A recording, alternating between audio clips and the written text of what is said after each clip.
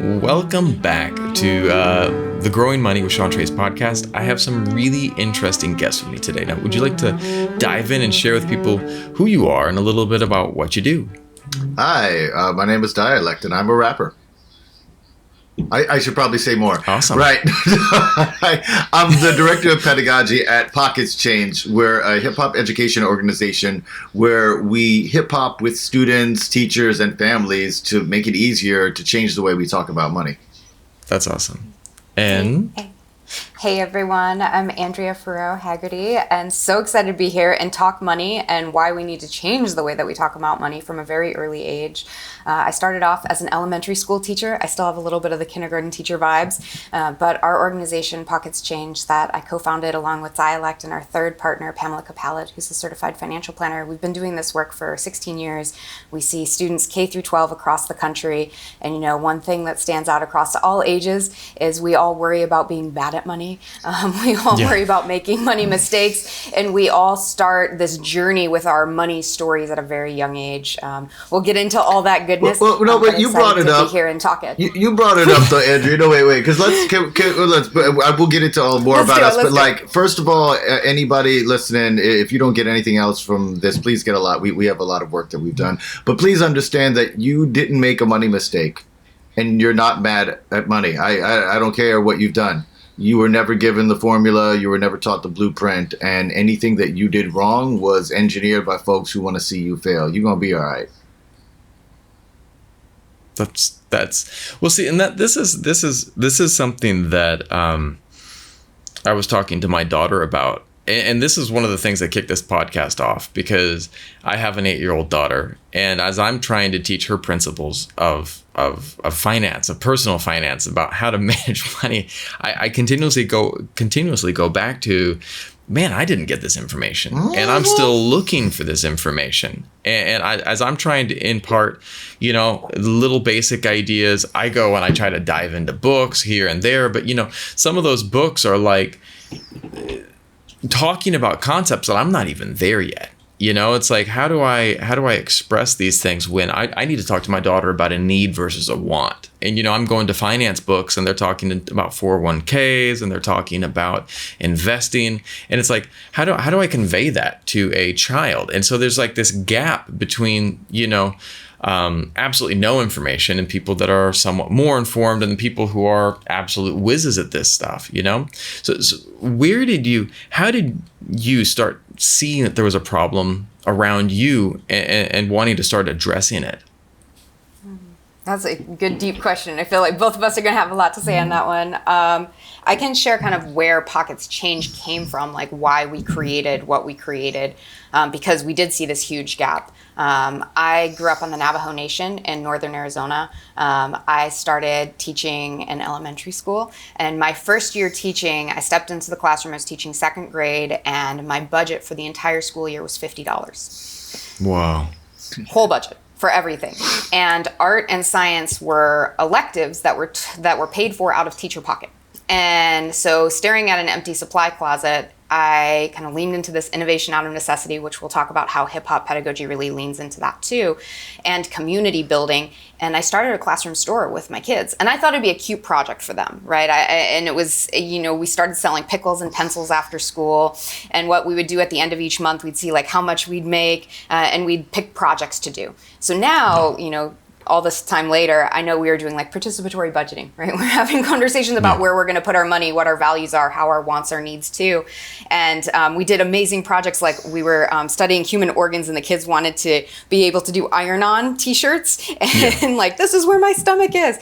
And those things wouldn't have been possible without the money to fund those projects. And so we were also having conversations then, essentially cash flow conversations, right? How much is coming in, how much is going out? And it really got me inspired. So I looked for a summer job that year to learn more about money myself, because same thing, right? Like learning through like, I didn't get this as a kid. How do I bring this into the classroom? How do I have meaningful conversations with young kids about these topics? Yeah. And I met Pamela Capalid, who was on her way. She was leaving California, headed to New York to get into wealth management. And we taught together at a private summer camp for a summer. And what we found is that kids from communities like we grew up in didn't get access to this information. And when they did, it was often with this extra layer of like, I'm going to show you how to budget. Here's the budgeting sheet. Here's the blueprint, right? But that didn't work necessarily for your values, for your community. So being able to be really real about money and how it shows up in our lives is what inspires me to this day. And if I can share one other brief story on that, like we've stepped into a workshop with Dyalekt a few years back. We had a 6-year-old come in looking at her feet, and we thought she got into like maybe an argument with a friend on the playground or something like that, right? But it was actually because she thought she was bad at money. And she said, today's about money, this is going to be hard. And over the course of that week-long workshop and with Pockets Change, she was having conversations about how she loves spending money on stickers, but she felt like that was a waste. And we see that across all ages, like those things that lighted us up, that make us feel like ourselves, that joyful thing we like to spend money on. We're like, but this must make me so horrible with money, right? And how do we start to dismantle some of that shame and unpack that together in community? But yeah. One of the things that you poked at right there that I want to tap on, and then I'm going to come back to you to Dyalekt because I want to hear how you got started as well. Yeah. But the shame. My daughter today came in and she had grabbed her iPad and was playing music. And she was playing a type of music that I had never heard of. And it was, and she was playing it and she was like, Daddy, please don't judge me for what I'm listening to. And I was like, whoa, why would I judge? I'm not going to judge you for the music that you're listening to. Explore whatever you want to explore. I'm going to try to broaden your horizons. I'm going to put on some jazz. I'm going to put on some funk. I'm going to put on some hip hop. I'm going to put on all of this so that you can get some experience, but you have to explore. And it was interesting because here she was at 8. And we've never judged her. My wife is a musician. We just accept whatever she wants to musically. And she was sitting there. Her first response was, don't judge me for listening to something different. And that shame, I think, is such a thing. And it's expounded upon when you deal with money, So I think you hit the nail on the head there. Dyalekt, how did you start getting into this for yourself? Yeah, thank you. I also love what you're saying here about shame. Shame is the thing that hangs over everything we do. My wife and I also do these workshops for adults and speeches and things under the name Get Shameless. We have a podcast talking about Get Shameless about your money because we do want to remove this shame. And I became an artist. It's partially shame stuff too. I became an artist because I wanted to dispel racist narratives about America and communities and families. And that led to me writing, performing, doing all of these things that led me into education. And I got into education when I realized that I loved learning about hip hop. I grew up in St. Croix in the Virgin Islands. We didn't actually have hip hop around us. We had soca and calypso and all that. And I came up to New York for college, and I was fascinated by it. I went to the b-boy events. I looked at the graffiti murals, and I watched the tapes, and I learned from the elders. And I was like, why am I doing a deep dive into this? And I didn't even open my history book. Why was I not paying attention to school? And I thought about a few things. One, they had my interest in terms of sharing my values, the things that I cared about in the world. 2, they were very frank, real, keeping it real, being honest with me about the imperfections of all of these things. And the next part was they used all the different learning styles and allowed me to find the ways to get in there. One thing, like if I could conspiracy brain anything, is the beginnings of hip hop were because poor folks in the Bronx had a need for expression, for learning, and for counseling, didn't have any formal training, so everyone used the skills that were most comfortable to them. As you can see by me, I'm an MC, I'm a rapper, I talk. That's the thing that I'm good at and I'm comfortable with. I have plenty of friends who are graffiti writers, who are brilliant, poignant people, but they can't talk to you in person. They want to say their ideas at midnight on a wall that nobody is looking at right now. They are shy, but they do want to contribute. You can find those places for them. That student who is fidgety, sitting in their chair all and everything like that, get that kid some movement. And I know that, in education, just to be real about this, there is this kerfuffle about, is learning styles even an accurate thing? And I think a thing we've found in practice is that it's more our tendencies. And if we can get students to get comfortable with the things that they're doing, get comfortable with their tendencies, then they can get down with just about anything if you can be honest with them about it. They can learn about any subject. Once they learn how to learn, learning becomes less stressful. And one of the big things we do is to find ease, grace, and respect for yourself. We've done this in, I'm going off of my history into just what we do, but like an important thing is we've studied every angle of it because we want to be perfect is the wrong word, but we want to be unassailable and undeniable. When I first started going into schools, I would have principals tell me, are you going to turn my kids into gangsters? And we were making sure that what we did not only would get them better grades, help them pass the regents, help them get jobs, help them do more, but also help them let go of what society often does to us, the capitalism of it all, the school to prison pipelines, the inherent racism, the shame, all those things that you're built. So I've been doing that work for a while, and then I met Pockets Change, and they flipped my perspective on not just addressing these issues, but also addressing how we deal with our money, because money is the thing that is free speech, right? If you have money, you have freedom of speech. Yeah. If you have money, you have a voice and you have power.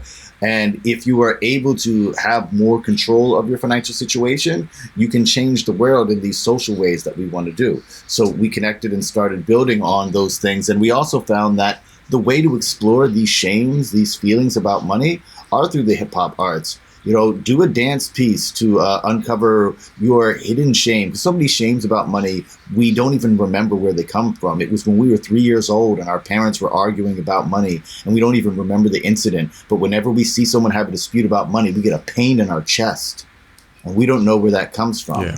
When I say that we've gone to every behavioral science conference. We've studied interpersonal neurobiology, which is the science of how we heal and hurt through relationships. We've gone through every statistic about money, about wealth, about race and wealth, about gender and wealth, all the angles, all the intersections, to make sure that what we have is correct and true, so we can show people, you're all right.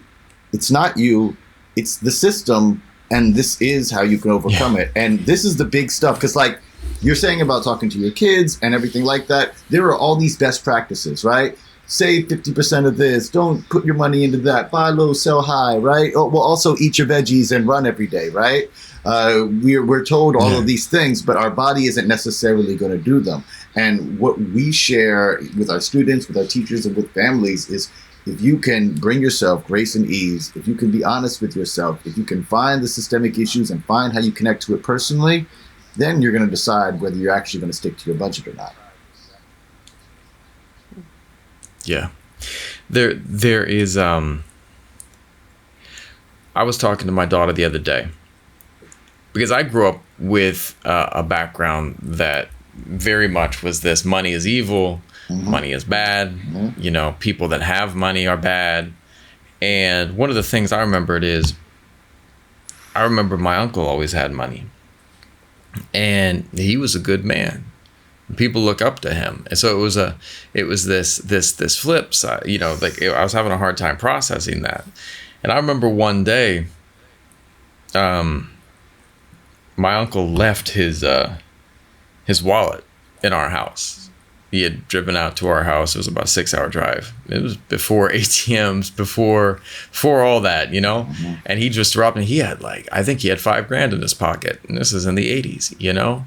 And I found this stack of cash, and I was like, I'm rich, you know? And my dad's like, no, we got to give that back to your uncle. That's his money.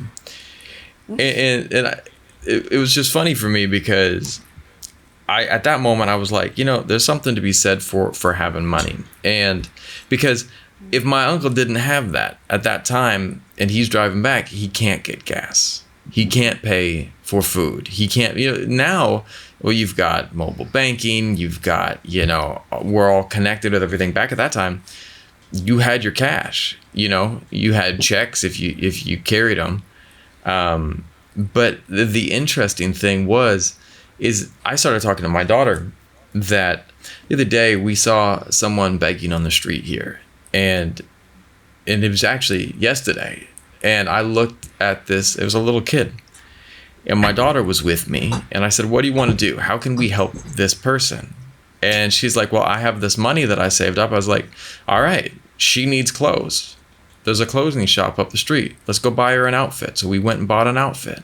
And then we went and we bought food, and we came back and we asked the girl if she needed anything else. And we talked to her. We had a conversation with her. We had a conversation with her mom and heard their story, heard where the challenges that they came from, that they were an ethnic minority group that was having a hard time because they were displaced from where they were from. And they came to the big city, and it was a challenge to assimilate to this new region and this new culture.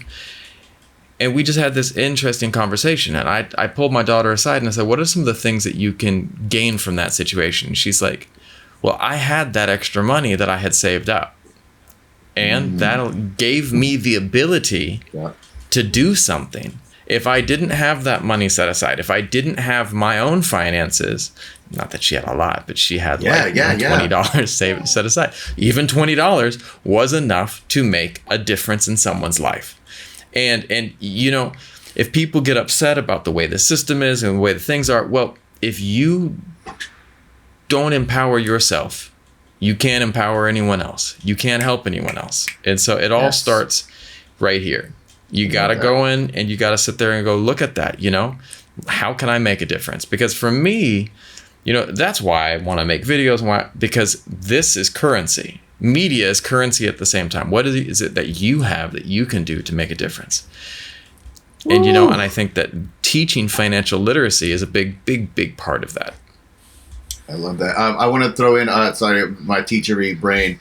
I love the thing that you're saying about your daughter, and this is something that I talk to people a lot, and I talk to my own son, I've got a 4-year-old at home, about budgeting for the unexpected, and including budgeting for taking care of the people that you love in the world. If you have a cousin back home you send money to, if you have 3 nieces that you want to spoil and take care of, if you want to take care of people in your community or just folks that you see on the street, create a budget for it. I have a cash budget for if someone asks me for some money, I'm able to do that kind of thing. Because like you're saying about taking care of yourself, I've been in the place where I'll give my last dollar away and then be like, what am I going to do with my life? And that doesn't help either, right? So if we create a budget, again, psychologically and emotionally, we can be like, look, this is what I can contribute to my community. This is what I can do for my loved ones. I'll make that happen. And, you know, if we need to make it more, then we need to make more.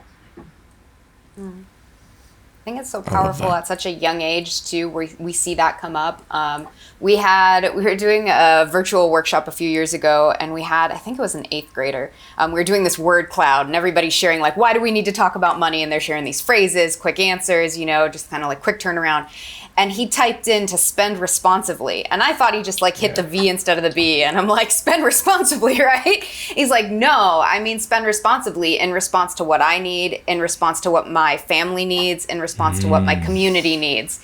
And that feeling of like, I want to be able to send my money into the direction where I feel like I'm making a difference and I feel like I'm making an impact. We see that start so young. With wanting to be able to give back, to help.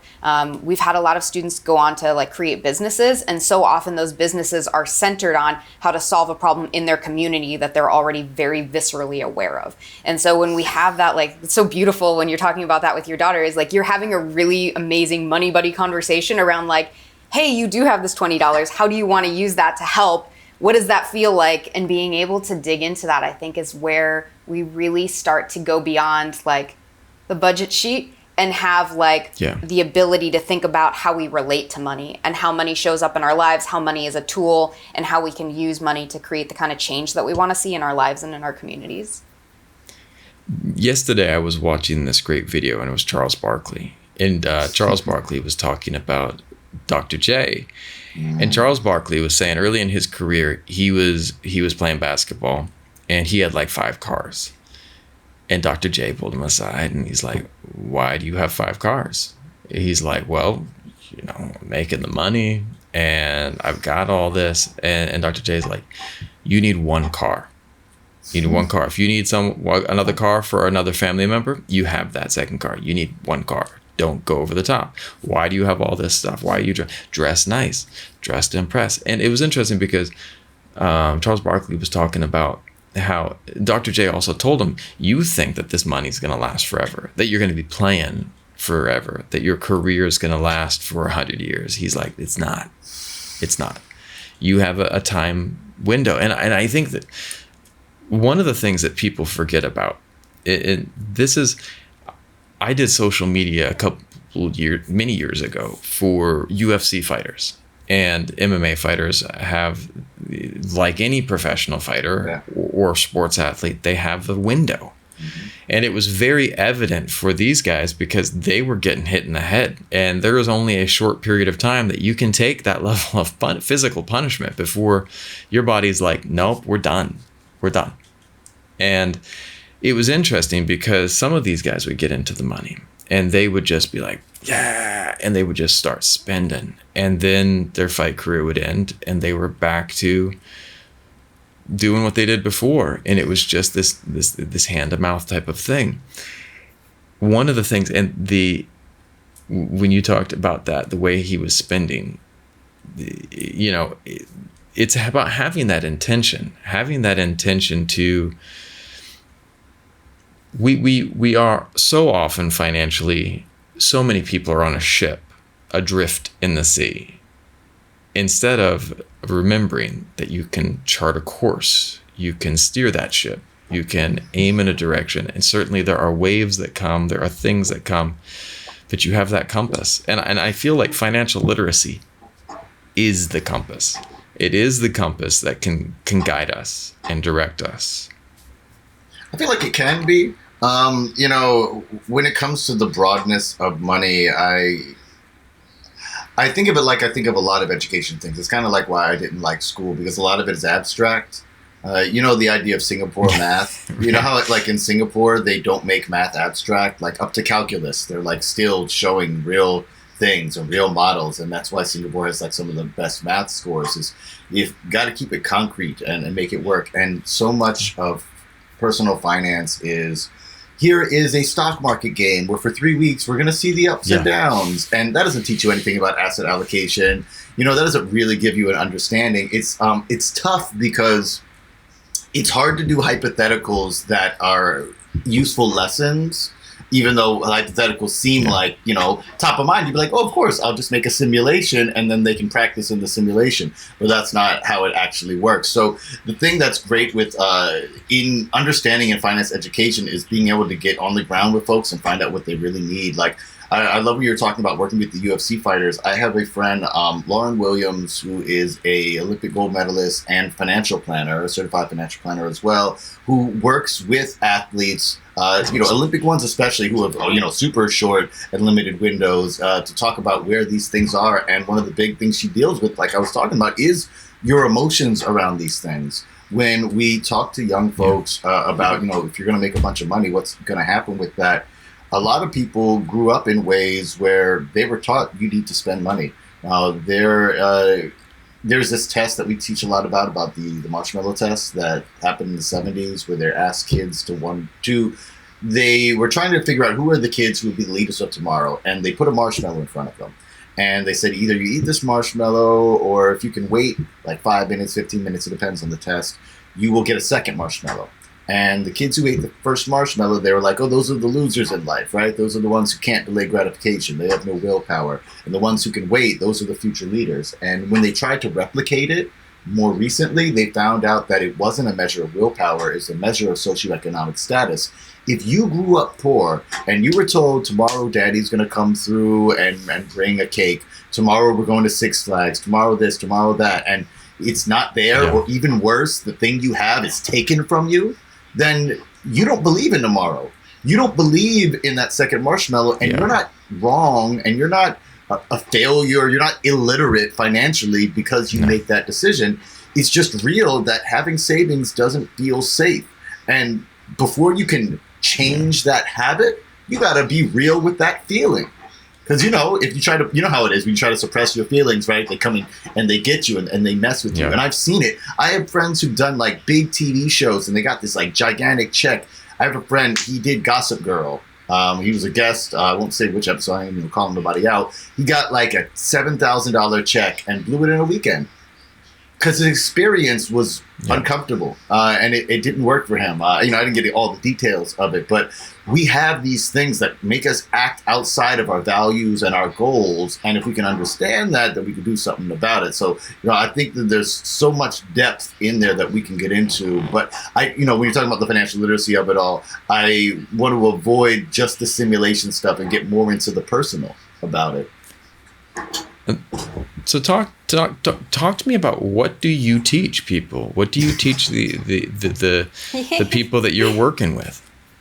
Yeah. Well, I mean, I want to kick off one thing in Dyalekt. I want you to dig more into this. Please. But go ahead. I think when you're saying that internal compass, right? One of the practical things that we teach is finding your money personality. Yeah. And we have shameless plug here, since we're getting shameless. But we have a 2-question quiz on the Pockets Change website. And we use this across all ages. So you answer the 2-question quiz, you A or B, and then that's going to give you your money personality. And practically what it is our tendencies, how our tendencies show up in our relationship with money. We all have our superpowers. We all have our kryptonite. I was a one marshmallow kid. I'm really good at making money, not always really good at keeping it, right? Savings is really hard, and I have to be real with myself about how that shows up in my habit, and have some practical strategies around that. And we've seen that from a very young age. That little girl that I talked about that came in was looking at her feet and like, I'm bad at money. Towards the end of the week, she was like, I'm actually really good at spending money.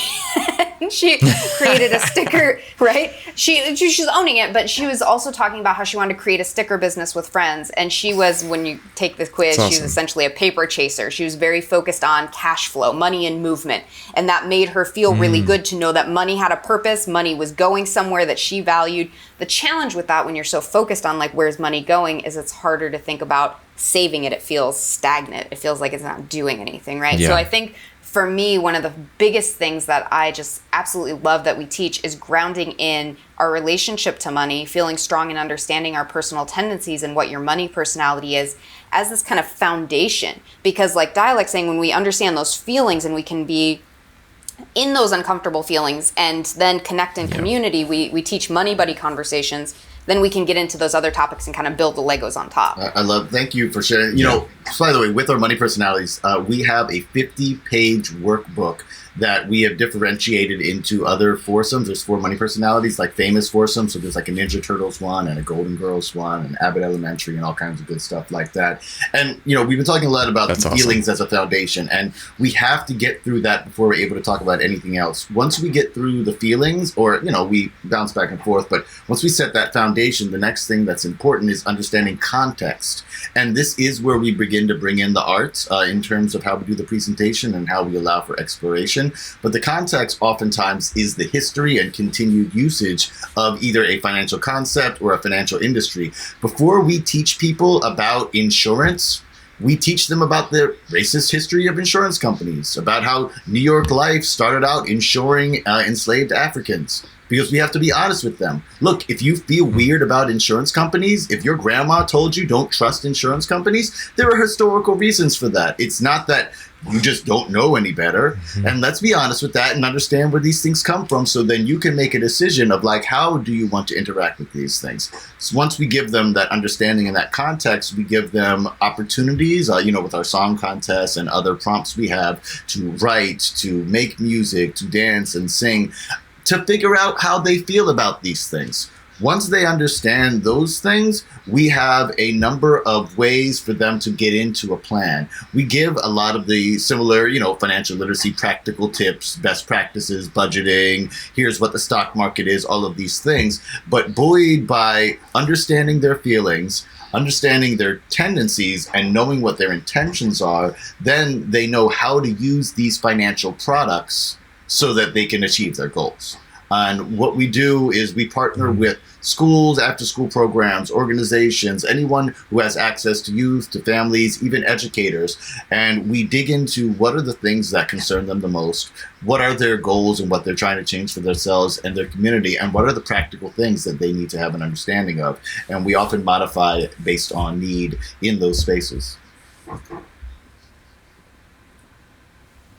That's awesome. I'd say One really fun example of that in practice, we had a workshop with, this was a group of 6th graders, and I'm thinking way back in California dialect. So we had been talking spending plans, and we're doing the spending plans. We have a spending values matrix. So you're thinking about what's urgent, important, what do you got to take care of, your basics. We're thinking about essentially what are our wants, right? But the details, the things that we want to make space for because they feed us emotionally, make us feel like us. And there was this collective cheer across this whole auditorium of like 206 graders that resoundingly, many of them in their details had put hot Cheetos.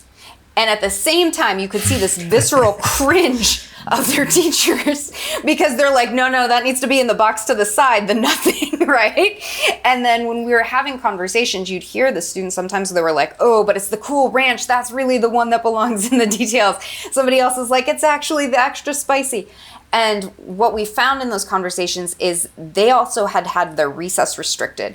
And that hot Cheeto time at lunch was one of the times where they were getting together in their small groups. They were having really amazing conversations with one another. It was their debrief time, their decompression time.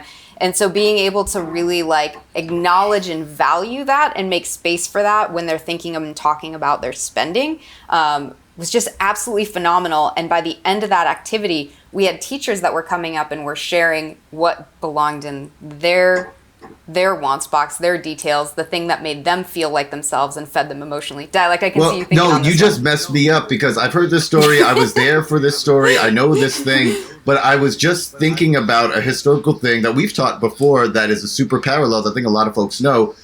The smoking break. How smoking in office amongst office workers increased because the smoking break was the only time that they got some freedom, right, to be around their people. So I was just making that connection. The big thing of our stuff is we can't tell those kids that it's frivolous to buy those hot Cheetos.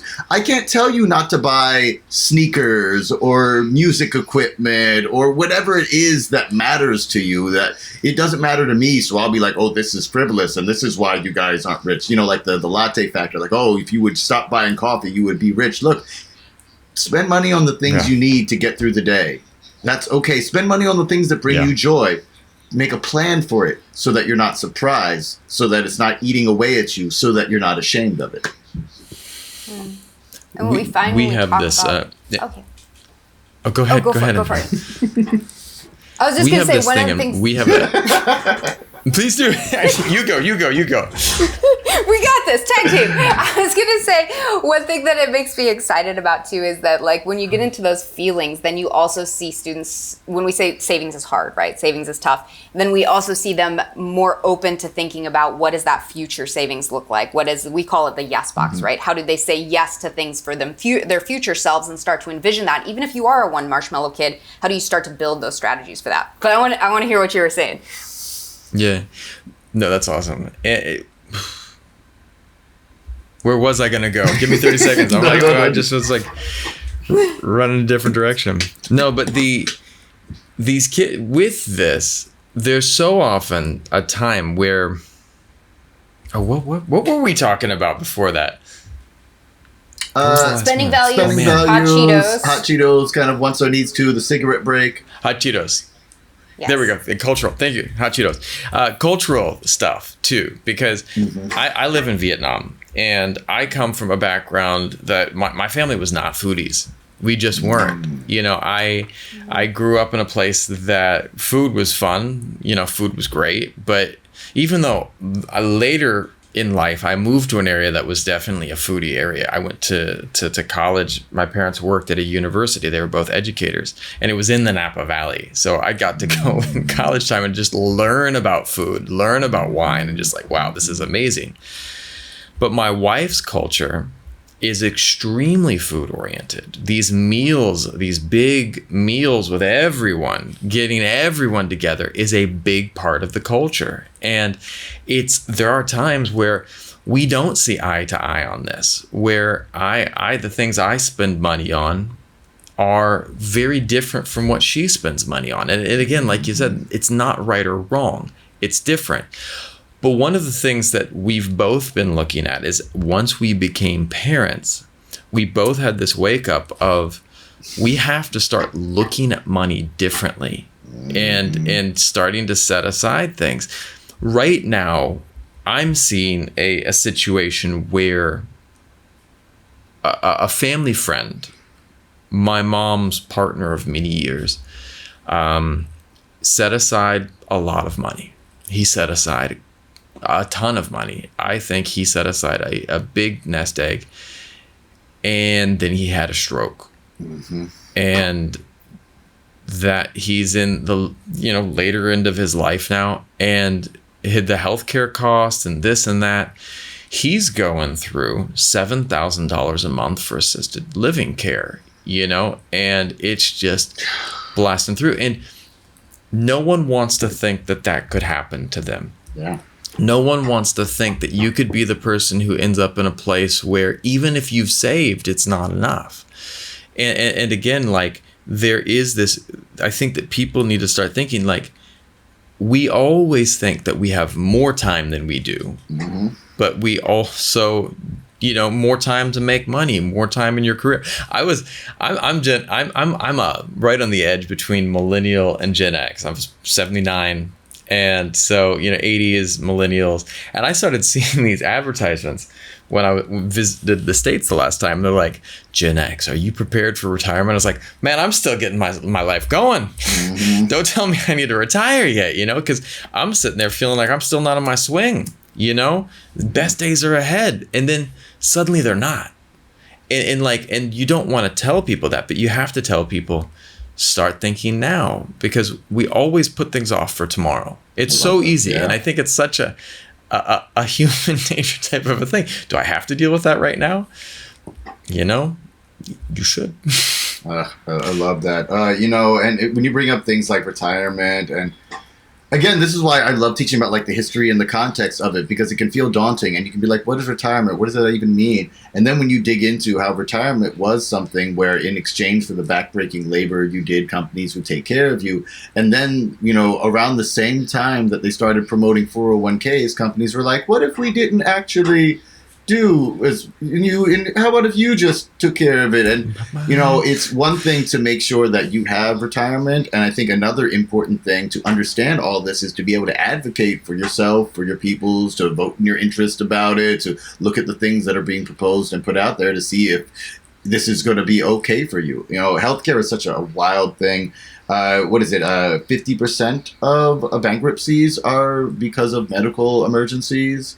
It's like the largest amount. It's something that really hits all of us. And hey, we need to plan for the future and also make sure that we can have collective care in the future, because as we see, we're not always protected by things. Things change at a moment's notice. Sometimes we think that we've got more time to make more money. Sometimes we think that we've built up enough of a nest egg, and then something that we never even imagined comes and hits us. So what I really love about it is getting ourselves prepared in all of the ways, so that we have money that we're saving, so we have our neighbors that we're talking to, that we are sharing all of these ideas with, so that collectively, the same way, I love to tell people oppress collectively, so we can also take care of ourselves collectively as well.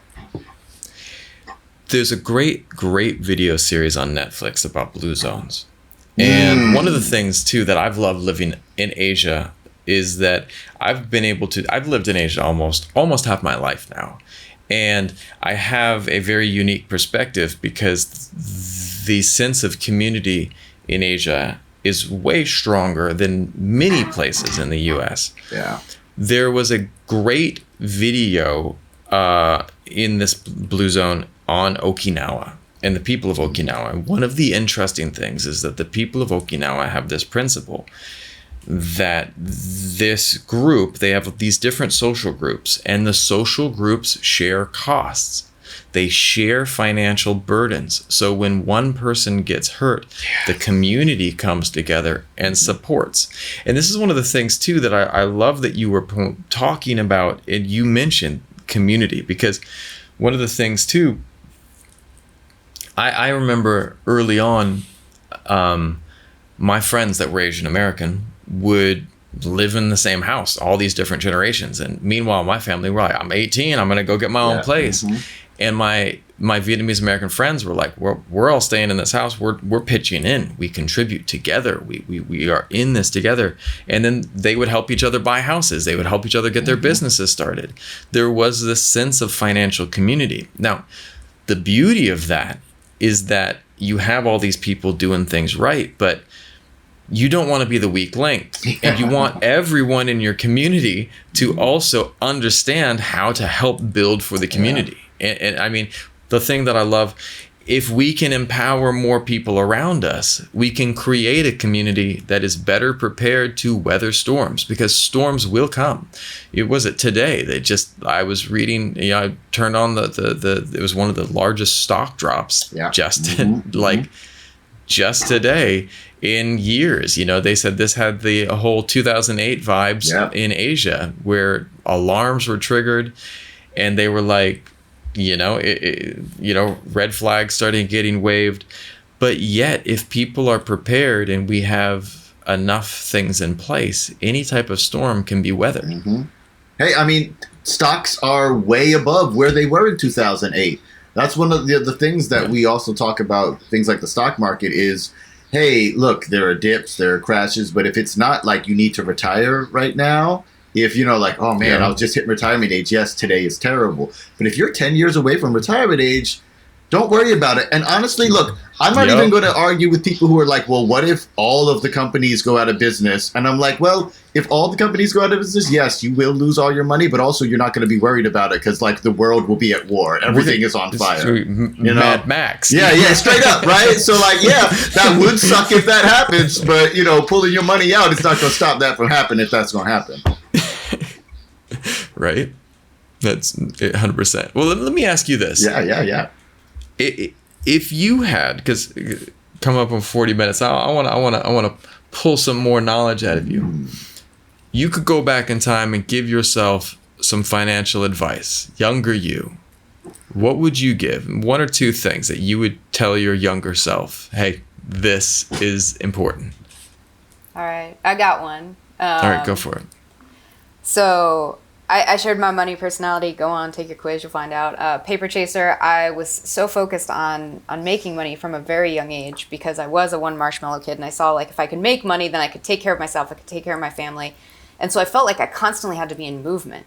And that idea of just grinding it out. And I remember in college, I was on a full scholarship, and I was so worried about letting my grades drop even a little bit that I could lose the scholarship. And I was so worried about not having extra money to help out with family and with friends that I was working 3 jobs.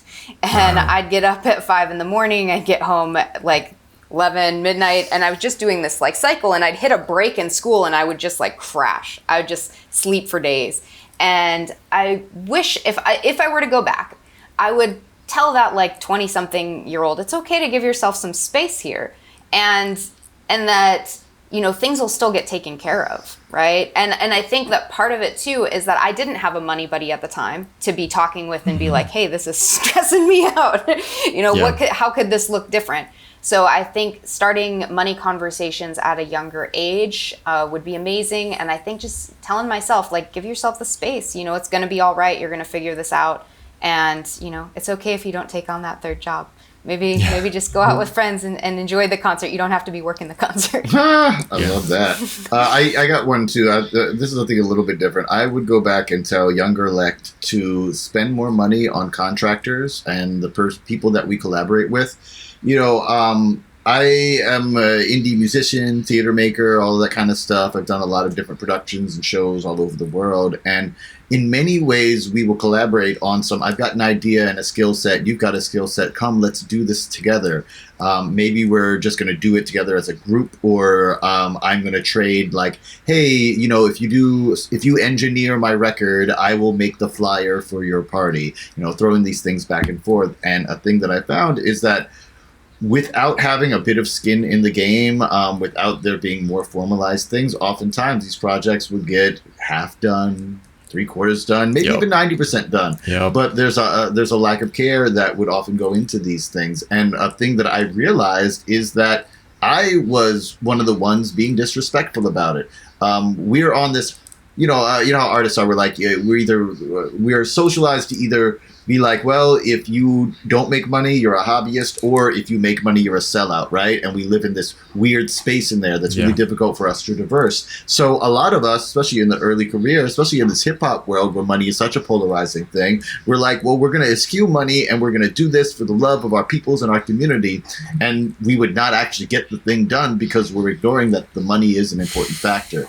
And that if I do love my community, if I respect the other rappers, if I respect the beat makers, the people painting, the videographers, if I really respect them, I not only should collaborate with them, help their kids out, bring in the groceries and stuff like that, I should give them money and give them money at rates that are close to what they're trying to achieve so that we all can set better rates, so we all can demand more, so that we all can make something burgeon and grow. Yes. I love that. I love that. Thanks for asking. I don't think I've gotten that one, and that inspired some good stuff. That's awesome. I think that we all, many people sit there and look at their current situation. If only this, if only that, and instead of that, like, what can you do to fix it? Right now, you have a situation in your life that wherever someone's sitting, and they might not be happy, or they're loving their finances and they want it to be even better, you can still chart that course forward and look at where you want to be going, and sit there and look. And there are certain, and this is what you talked about earlier, and I still teach. I have many side hustles, and one of them is I still teach here in Asia, because I like giving back, and I like teaching for life. It's not just about teaching English, it's about teaching for life. And we sat down and we had this one activity where I was talking to my students about future jobs, and one of my students says, I want to be a CEO. And I was like, great, what do you want to do? You want to have your own company? I want to do this or that. And finally I said, well, what can you do now? And she's like, well, and she's, kid is at 9 years old. She's like, I can study math.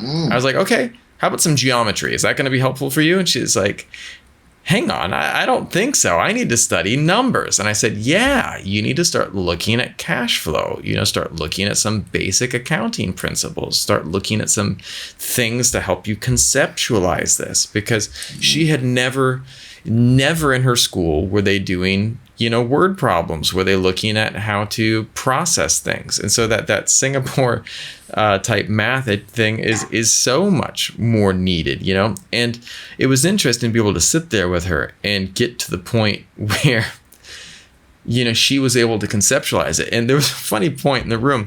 This person said, I want to be a developer. This person said they wanted to be an artist, graphic designer. And we went all the way through the room. This person wanted to be a lawyer. And she's like, I said, did you learn anything else today? And the girl looked at me. She's a really cool kid too.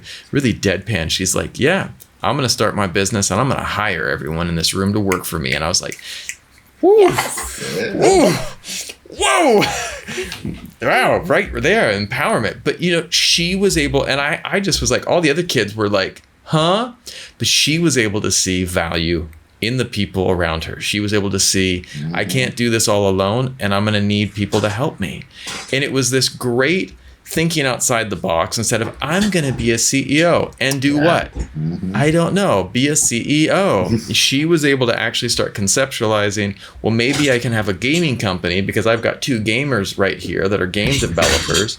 This is a 9-year-old kid, and I was just really impressed that she was able to start thinking outside that box. And I think that is so important. I love that story. Yeah, that's fantastic. I mean, this is the thing about how we are socialized to understand money, jobs, businesses. There's this abstract out there like CEO. CEO kind of means king, right? We have a semi-feudal system these days, and it just feels like this divine, magical, powerful thing that we want to have. I know there was that era where every small business owner was calling themselves a CEO, even though they had like a 3-person team, right? It was that kind of thing where like this is honorific, and it's fine. Like one thing that I feel like it's fine to start with the pop stuff as a rapper, as an underground indie rapper.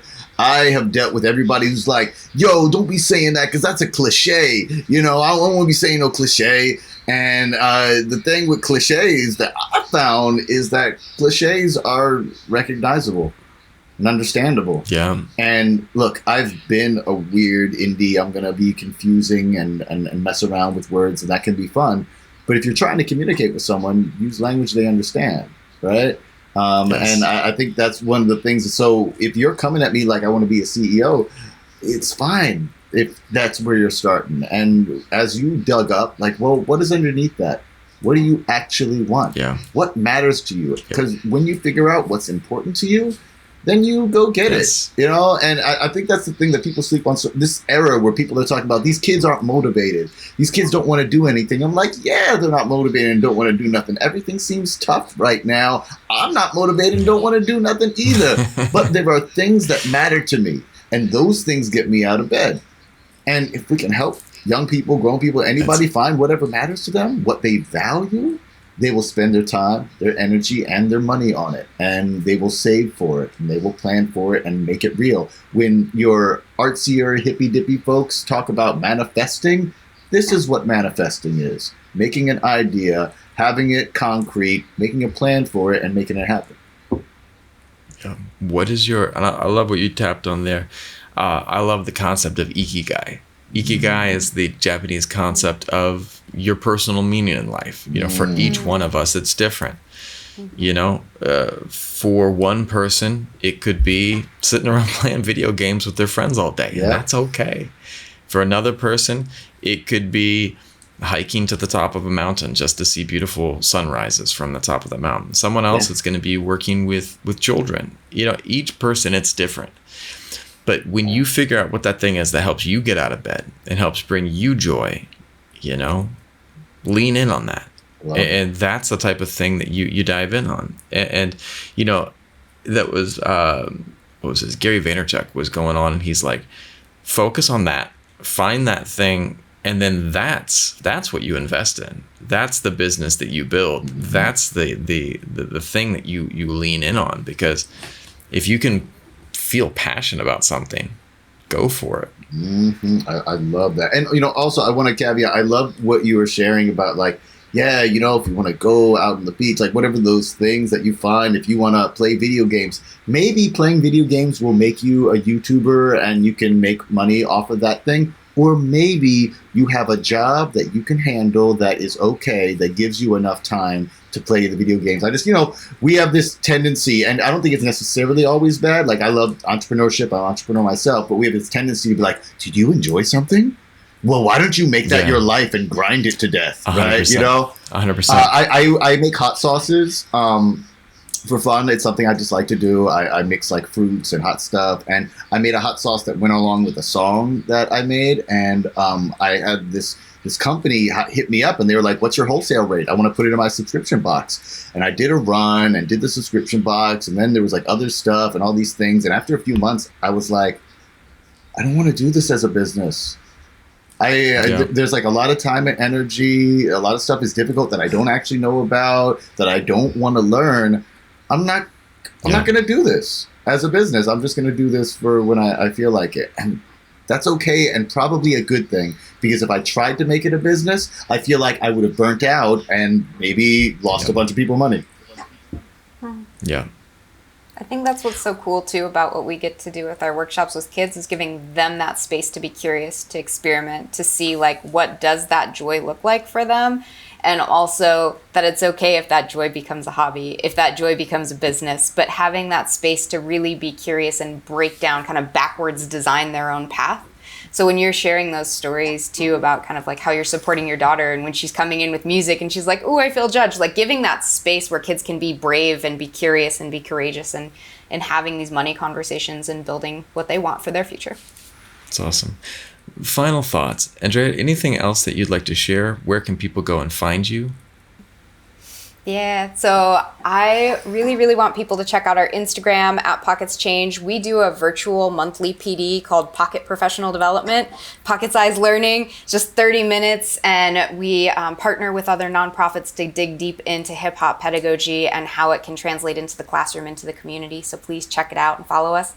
And also head over to pocketschange.com where you can get the Money Personality quiz. You can also get free lessons and resources like Battle for the End of the Line, a really fun improv game to do with your kids at home. I would also throw on there the song contest that we do with high school and junior high students, the Hip Hop FinFest. You can go to hiphopfinfest.com where we haven't put up the submissions for next year. We just finished our third year. Shout out to Core, our winner from the BX, had a fantastic song. What we do is we invite students to make a rap song about their feelings around personal finance and a theme that we have for the year. There are online lessons. There are online beats that other students made. You can get a beat. You can have an idea. There's some writing prompts. You write your song, send it to us. We have hip-hop legends judge the songs, and the finalists all get studios in a backpack, this Pocket Studio. We have cash prizes and all sorts of wonderful things. And it's a great opportunity to allow students to take control of the narrative. What is important to them about money and how do they want to share it with the world? So I just wanted to let folks know about that. You can check out last year's fest on the website, and as soon as we're ready for next year's submissions, we're going to put those out.